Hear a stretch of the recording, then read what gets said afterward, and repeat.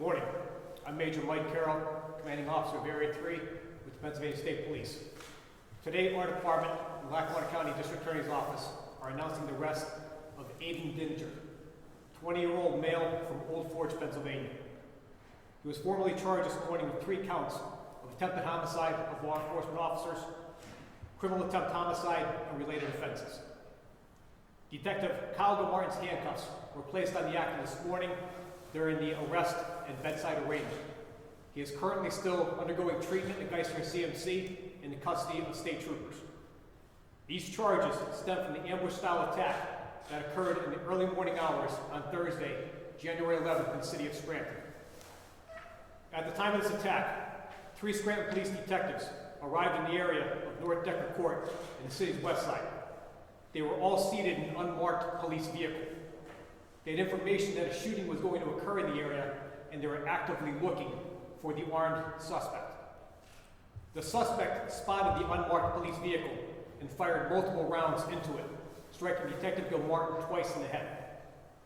Detective Jason Heiler exited the vehicle and detained a male who happened to be in the immediate area of the shooting.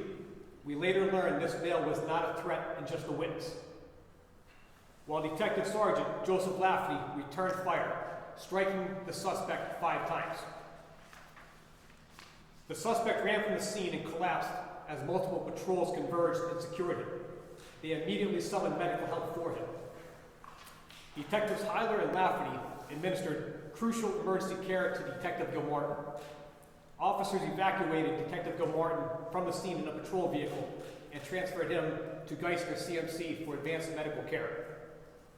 The Scranton police officers displayed immense bravery and professionalism throughout this entire situation. The residents should take comfort knowing they have such high-caliber officers protecting and serving in the city.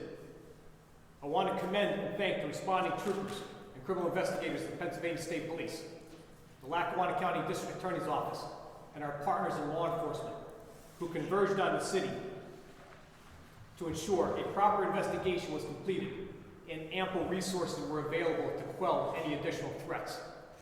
They too displayed a high level of professionalism throughout this investigation and stood ready to meet any and all challenges. At this time, I'm going to turn the podium over to Scranton Police Chief Thomas Carroll.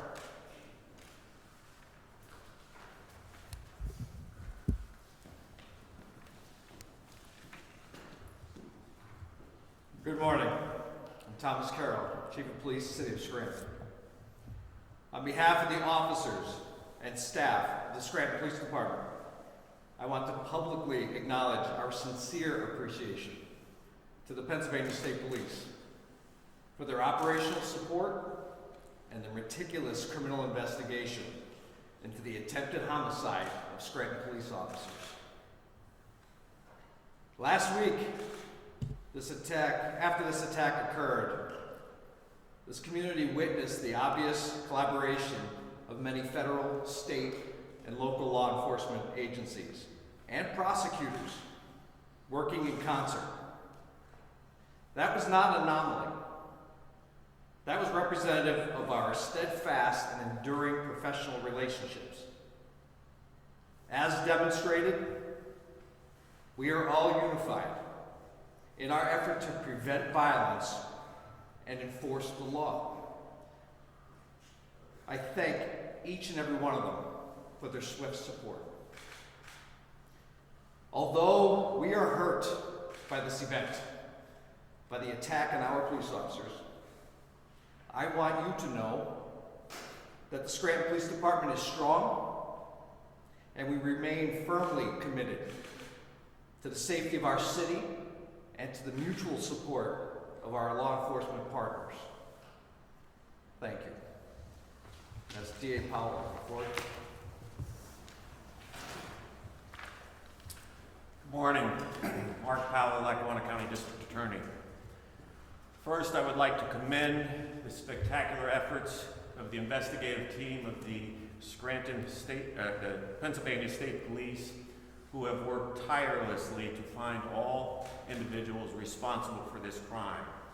In addition, they were assisted by many agencies, including the FBI, U.S. Marshals, DEA, Homeland Security, in the Lackawanna County Gang Task Force. The dangers and demands of being a police officer are real and with significant sacrifice. My office will have zero tolerance for any violence against a police officer. And this type of violence has no place in Lackawanna County. Not here, not now, not ever. We intend to aggressively prosecute these perpetrators and seek maximum penalties under the law.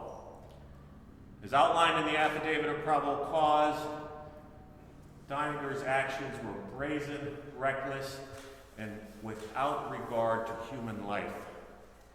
Simply put, it was an ambush, and it's a miracle that only Officer Gilmartin was struck.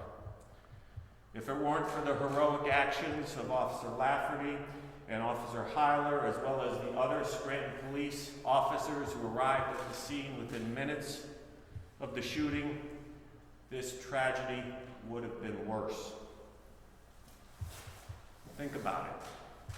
5 shots at point-blank range into a vehicle containing 3 police officers. Lastly, I must acknowledge the overwhelming community support for Officer Gilmartin and his family as they navigate through this difficult time. Kyle is a strong man and has shown incredible resilience as he continues to improve daily. The community's united support behind all the sacrifices that law enforcement makes to make our community safe is greatly appreciated. At this time, we will attempt to answer any questions from the press. D.A. Powell, Aiden Deininger is the suspect. In lieu of seeing the affidavit, is he being charged with attempted homicide and other counts? Or are those charged? And finally, the motivation kind of, did they set these officers up? Did they know what they're going to do? Because we've heard about social media posts about being fired, shot being fired, or other complaints throughout the city, involving also Gilmartin and Cleveland. But did they set these officers up? Can you say that? So there are several charges, including attempted homicide of a police officer, as well as aggravated assault of a police officer. We believe that Deininger knew these individuals were police officers when he opened fire. The background, or our intelligence, believes that this was the other individuals who were targeted that evening with 2 prior shootings in homes, as well as a 3rd attempt of a shooting, were related to individuals who had gang association. And at that point in time, before the police intervened and stopped the 3rd shooting, the police were not targeted at that point in time. Mark, just to be clear, you're saying they're in an unmarked vehicle, but you're saying that the shooter knew they were. Yeah, the vehicle is identifiable because it is a detective vehicle. It does have a bar of lights that are visible, and this individual was within point-blank range. So we believe the evidence will show that when he fired, he knew that these individuals were police officers. D.A. Powell, there also has been some reports out there that, I know at the beginning of the investigation a week ago, they were asking for any information on anyone else involved in here. Are there more arrests expected? We also heard that the juveniles were involved. And what can you tell the community? We talked to the neighborhoods, and they say they're very concerned about this gang activity. Should they be concerned that there's more of these kind of things going to happen? Yeah, the investigation is ongoing. We would anticipate an additional juvenile arrest as well. And if based on information received, and we'd encourage individuals to provide information, we will certainly investigate and proceed. However, the state police have done a very thorough investigation in order to identify all individuals at this point in time. Mark, were the police activated on that vehicle when the shots were fired into it? At the time of the shooting, the sirens lights were not activated. And Mark, that the juvenile, anticipated juvenile arrest, were we're hearing an age as young as 11 years old, or maybe I believe that's misinformation. Pardon me? I believe that's misinformation and incorrect. I've heard those rumors as well. Sir, how old was the shooter, or is the shooter? The shooter is 20, the co-defendant is 19, Mr. Cleveland. So due to the gang nature of this crime, are there any gang enhancements on the state legislation that would be available to your office? So specifically, there's not a charge related to the gang affiliation that would be appropriate at this point in time. Will Mr. Cleveland have any additional charges filed? At this point in time, we don't anticipate filing any additional charges. However, the investigation remains open and active. So Mark, just so I'm clear, so Jeremiah Cleveland is not charged with the shooting of Detective Gilmartin at this point. He's still facing the prior charges involving other shootings in the neighborhood. Correct. Mark, when the other officers quickly responded and took Detective Gilmartin to the hospital, did they get into a different police vehicle to do that? Did they take the car? They did, and they transported him within minutes, literally saving his life. Do we have an update on his condition? He's doing remarkably well. He's still in critical condition, obviously, but he's responsive and making improvements that I don't believe anyone expected, including the medical team who has taken phenomenal care of him. And where is Mr. Daniel from?